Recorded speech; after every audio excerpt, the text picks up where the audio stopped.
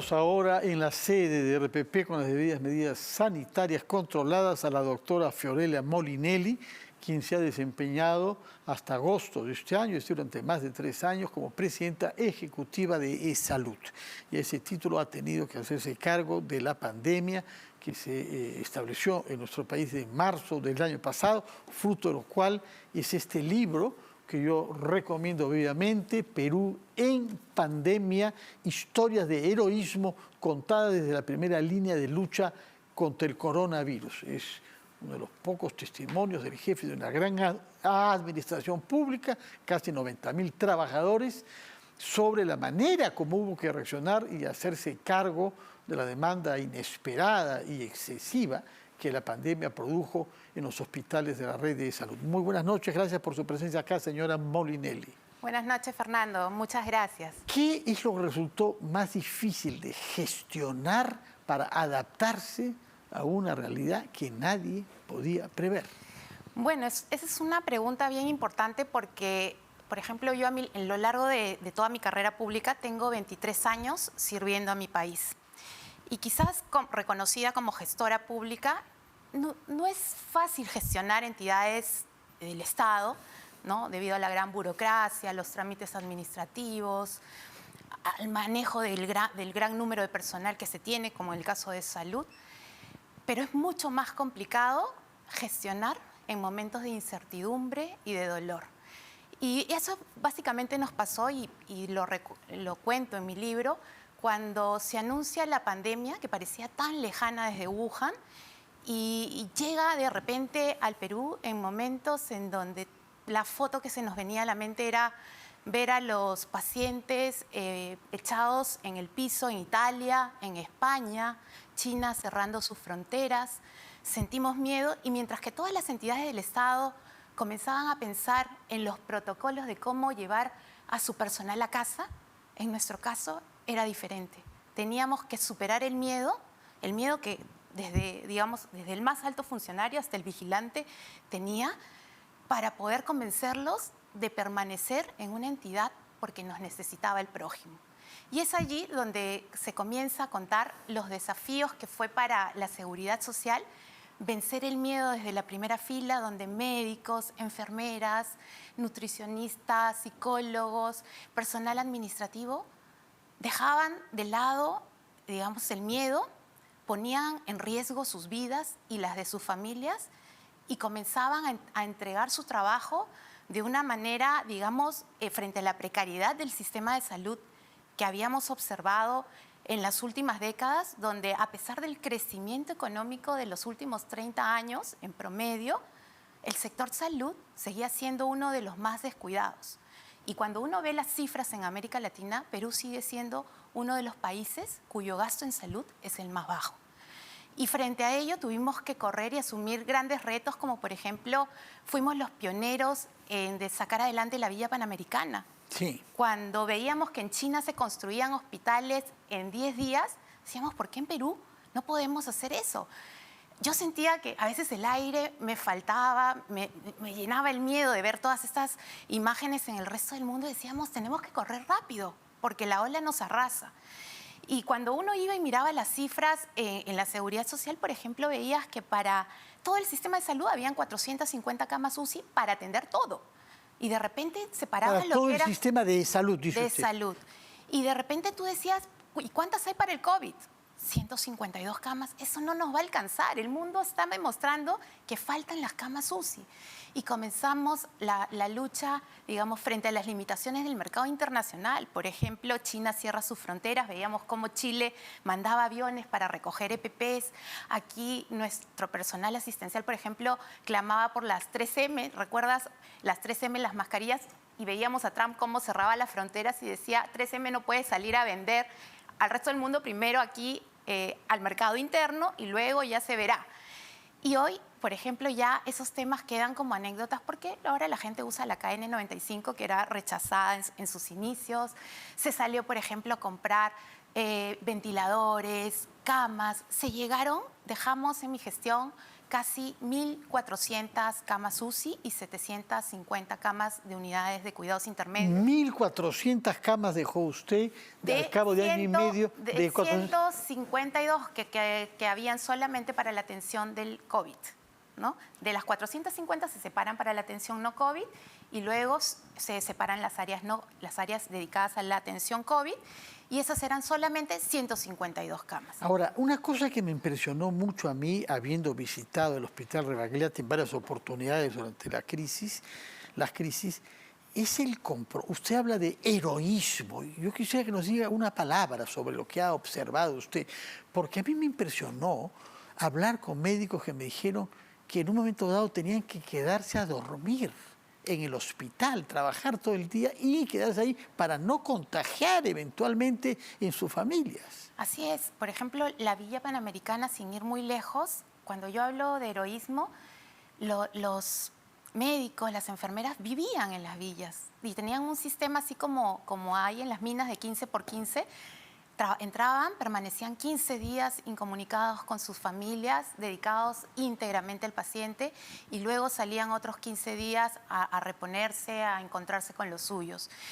Cuando hablamos de heroísmo, recordamos cómo una parte del personal de salud vulnerable se retira a casa, casi el 30% del personal de salud eran adultos mayores, pero cómo los jóvenes nos hacen recordar al caso de las mujeres tacneñas, que salieron valerosamente a cumplir con su misión y su deber y su juramento hipocrático, y los veías abordando aviones, flameando sus banderas, venciendo el miedo, dejando a sus familias, y no solamente dejando a sus familias porque se iban a lugares muy lejanos del país, incluso hasta comunidades nativas, a ayudar a los que más lo necesitaban. En todo caso, quien quiera profundizar su conocimiento y su emoción de esta realidad puede leer este libro publicado por la editorial Planeta, Perú en pandemia, historias de heroísmo contadas desde la primera línea de lucha contra el coronavirus.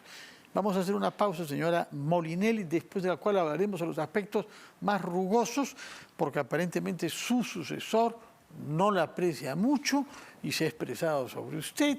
Ya han habido decisiones fiscales, allanamientos y otros que ponen en cuestión. Nos va a explicar qué es lo que ha sucedido y qué tiene que decir usted frente a estos cuestionamientos. Pero primero vamos a una pausa.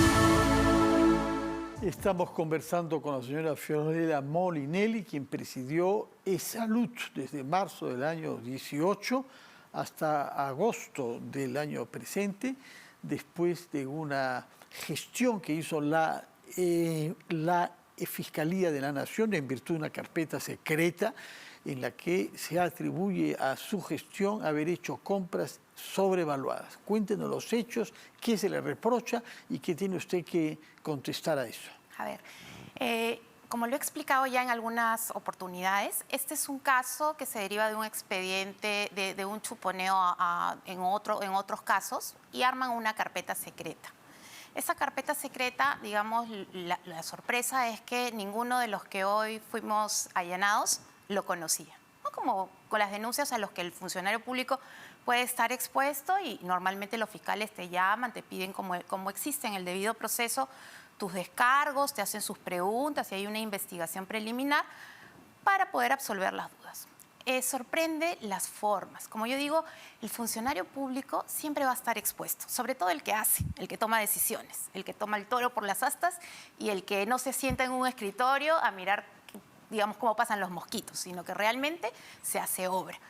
Y eso lo asumimos, pero lo que no está bien son las formas, como por ejemplo dañar las honras y la dignidad de la persona. ¿En base a qué?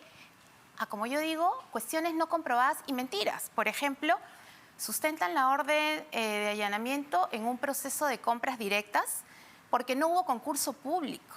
Así lo Creo dice. que se compró tomógrafos y lentes. Y en base a un proceso de contratación directa donde dicen Fiorella Molinelli crea el estado de emergencia y avala el proceso de compras directas. Eso denota un desconocimiento de parte de la Fiscalía de la fiscal Yanis Bastidas, hay que decir las cosas con su nombre, y de la DIVIAC, porque recoge los argumentos de la DIVIAC, donde, por ejemplo, desconocen que en un proceso de compras directas, lo que uno hace en una emergencia es sale y compras y luego regularizas.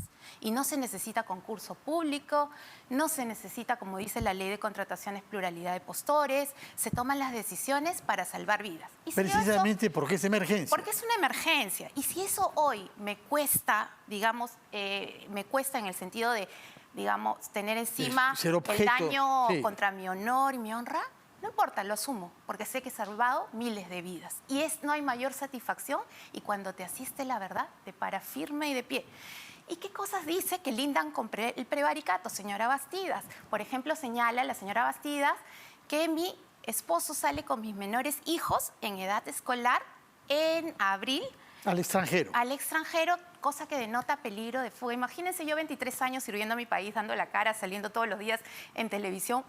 Ese argumento no tiene ni pies ni cabezas y además mis hijos no salieron del país. Señora fiscal de la Nación, revise. Mis hijos nunca salieron del país y eso es prevaricato. Prevaricato y la fiscal puede ser recusada y lo sabe por eso.